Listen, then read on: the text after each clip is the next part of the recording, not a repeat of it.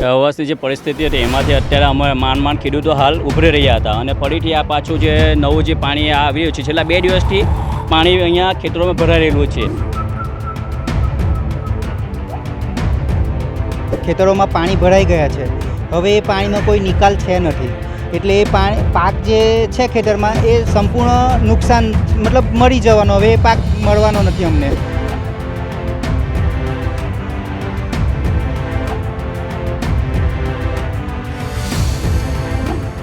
ભરૂચ અને અંકલેશ્વર વચ્ચે વહેતી નર્મદા નદી શીતળ અને મીઠા પાણી માટે વખણાય છે।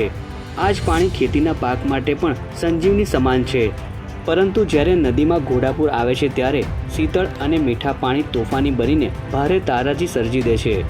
ગત વર્ષના પૂરના પ્રકોપમાંથી હજી માંડ ઊભા થયેલા ખેડૂતો માટે પુનઃ એકવાર પડતા પર પાટું સમાન ઘાટ ઘડાયો છે।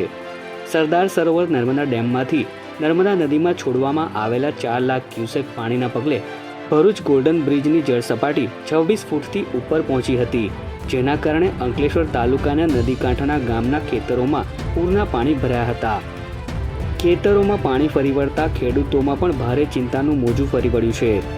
જૂના બોરભાઠા બેટ ગામના ખેડૂતોએ શાકભાજી, કેળા અને શેરડીનો મબલખ પાક તૈયાર કર્યો છે, પરંતુ તેમની મહેનત પર નદીના પૂરના પાણી ફરી વળ્યા છે અને ખેતરમાં ઝૂલતો પાક પૂરના પાણીથી નષ્ટ થઈ જવાના કારણે આર્થિક નુકસાન સહન કરવાનો વખત આવ્યો હોવાનું ખેડૂતો જણાવી રહ્યા છે। ઉપરવાસની અંદર વરસાદ પડવાના કારણે ભારે પાણીની આવક થઈ હતી ને જેના કારણે નર્મદા જે ડેમ છે તે પણ તેમાં પણ પાણીની આવક થઈ હતી ને દરવાજા ખોલવામાં આવ્યા હતા। 4 લાખ ક્યુસેકથી વધારે પાણી નર્મદા નદીમાં છોડવામાં આવ્યું હતું। 27 ફૂટની સપાટી પાર કરવાની શક્યતા વર્તાઈ રહી હતી। ત્યારે જે આપણે નીચાણવાળા વિસ્તાર છે, ભરૂચ જિલ્લાના જે નીચાણવાળા વિસ્તારો છે, ખેતી છે, ખેતીને મોટા પાયે નુકસાન થવા પામ્યું છે। તમે જોઈ શકો છો જે નદીની અંદર જે પાણી આવ્યા હતા તેની અંદર જે બોરભાઠા બેટ છે તે બાજુના વિસ્તારોના જે ખેતરો છે તે જળબંબાકાર થયા છે। જે ખેતરો છે તેની અંદર કેળ, પરવળ સહિતના શાકભાજીના જે પાકો છે તેમને ભારે નુકસાનીનો વેઠવાનો વારો આવ્યો છે। ગત વર્ષે પણ આ જ પરિસ્થિતિનો સામનો ખેડૂતોએ કર્યો હતો। ગત વર્ષે પણ પૂરની સ્થિતિ આવ્યું હતું અને હજારો હેક્ટર જમીન જે હતી તે પાણીમાં ગરકાવ થઈ હતી અને ખેડૂતોને પાકનું નુકસાન થયું હતું। આપણી સાથે કેટલાક ત્યાંના સ્થાનિક ખેડૂતો છે તેમની સાથે પણ વાત કરીશું। ગઈ વખતની પરિસ્થિતિ અને આ વખતની પરિસ્થિતિ તમને શું લાગે છે? તમે સરકાર પાસે શું માંગણી કરો? સરકાર પાસે એક જ માંગ છે કે જે નર્મદા ડેમ બનાવ્યો છે એ નર્મદા ડેમનું જે રૂ લેવલ છે એ જાળવવું, એનાથી વધારે ત્યાં સપાટી ના થવા દેવી। હાલ ટેકનોલોજીનો જમાનો છે ને ટેકનોલોજીના જમાનામાં ખબર છે કે કયા એરિયામાં કેટલો વરસાદ પડવાનો છે, તો અમારી કરતાં પણ સરકાર પાસે વધારે ટેકનોલોજી છે। મધ્યપ્રદેશમાં જે વધારે વરસાદ પડવાનો છે એના આગળથી આંકડા આવી ગયેલા હોય છે, તેમ છતાં આ લોકો બંધના અધિકારીઓ પાણી ત્યાં ભરી રાખે છે અને જરૂરિયાત કરતાં જ્યારે વધારે પાણી થાય છે ત્યારે ભરૂચ જિલ્લાની નર્મદા નદીમાં પાણી છોડી રહી છે અને અહીંયા નર્મદા નદી એની ભયજનક સપાટી વટાવે છે અને અમારા ખેતરોમાં પાણી ભરાઈ જાય છે। જો ભયજનક સપાટી કરતાં વધારે પાણી ના થાય તો અમારા ખેતરોમાં નુકસાન ના થાય। આથી સરકારશ્રીને એક જ નમ્ર વિનંતી છે કે જરૂરિયાત કરતાં વધારે પાણી ના છોડે અને ડેમનું રૂ લેવલ જાળવે। તો સરકાર વધુ પડતું પાણી ન છોડે ને રૂલ જાળવે તેવી વાત છે। આપણી સાથે બીજા ખેડૂત પણ છે, તેમની સાથે પણ વાત કરીશું। કઈ રીતેની પરિસ્થિતિ છે ગઈ વખતની પરિસ્થિતિ અને આ વખતની પરિસ્થિતિ? વ્યવસ્થિત જે પરિસ્થિતિ હતી એમાંથી અત્યારે અમે માંડ ખેડૂતો હાલ ઉભરી રહ્યા હતા અને ફરીથી આ પાછું જે નવું જે પાણી આવી રહ્યું છે છેલ્લા 2 દિવસથી પાણી અહીંયા ખેતરોમાં ભરાઈ રહેલું છે અને હાલ જે ટોટલ અમારા ખેતીનો ક્રોપ છે ટોટલ નાશ પામવાની આવી રહ્યો છે, બરાબર છે। તો અમારું સરકારશ્રી પાસેથી જે ખેતીમાં જે નુકસાન થયેલું છે એનું સર્વે કરાવી અને અમને યોગ્ય વળતર ચૂકવવા માટે અમારા ગામ લોકોની માંગ છે। તમારા ગામની અંદર મુખ્ય પાકો કયા? અમારા ગામમાં મુખ્ય કેર છે, શેરડી છે, શાકભાજી છે, વેલાવાળા શાકભાજી છે, પરવટ, કારેલા, દૂધી છે, ચોળી છે, ટોટલ શાકભાજી અહીંયા કે અમારે ટોટલ આજુબાજુ સાધારણ ખેતી છે અને પુષ્કળ પ્રમાણમાં શાકભાજીના ક્રોપ અમારા બોરભાઠા બેટમાંથી ત્યાં માર્કેટમાં જાય છે, એટલે મેઇન શાકભાજીનો બેટ વધારે છે અને કેરનું અને ટોટલ અમારું નુકસાન પામેલું છે રેલના પાણીના કારણે, કે હાલ બી પાણીનો ભરાવો અહીંયા તમે સ્થળ પર જોઈ શકો છો। તો જે રેલના પાણી હતા તે હજુ પણ ભરાયેલા છે। આપણી સાથે બીજા બે ખેડૂત છે, શું કહેશો કઈ રીતેની પરિસ્થિતિ છે તમારા વિસ્તારની અંદર? જે નીચાણવાળા વિસ્તાર છે તેમાં પાણી ભરાઈ ગયા છે, ખેતરોને નુકસાન થયું છે, કઈ રીતેનું પરિસ્થિતિનું નિર્માણ થયું છે તમારી?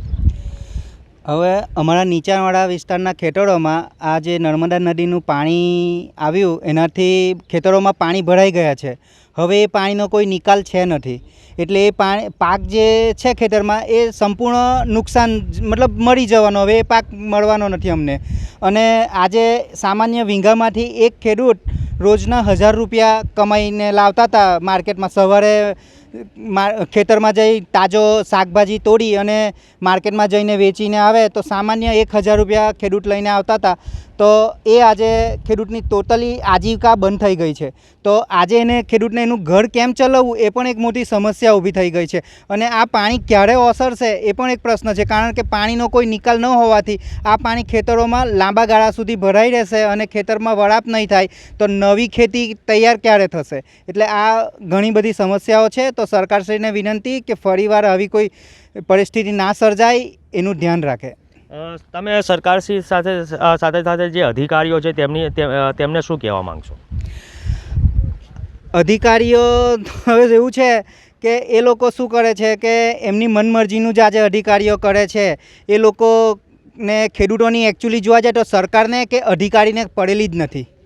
એ લોકો એમના ક્રાઇટેરિયામાં આવતું હોય એ પ્રમાણે કરતા હોય છે. હવે મને એમના સુધી એટલી તો ખબર નથી કે શું કરતા હોય છે, પણ એ લોકોને ખ્યાલ રાખવો જોઈએ કે ખેડૂત એક નાનો ખેડૂત છે ને, ખેડૂત એવો છે જગતનો તાત કહેવામાં આવે છે, પણ આજે ખેડૂતને એ લોકોએ બિલકુલ મજૂર કરતાં બી નીચલી કક્ષાનો ગણીને નફ્ફટ ખેડૂત એ કન્ડિશન આવીને ઊભી રહી ગઈ છે. પહેલાં કહેવાતું હતું કે નફ્ફટ નોકરી ઉત્તમ ખેતી, પણ આજે એ ઉદાહરણ અમારી સામે તો ખોટું ઠરવાઈ રહ્યું છે.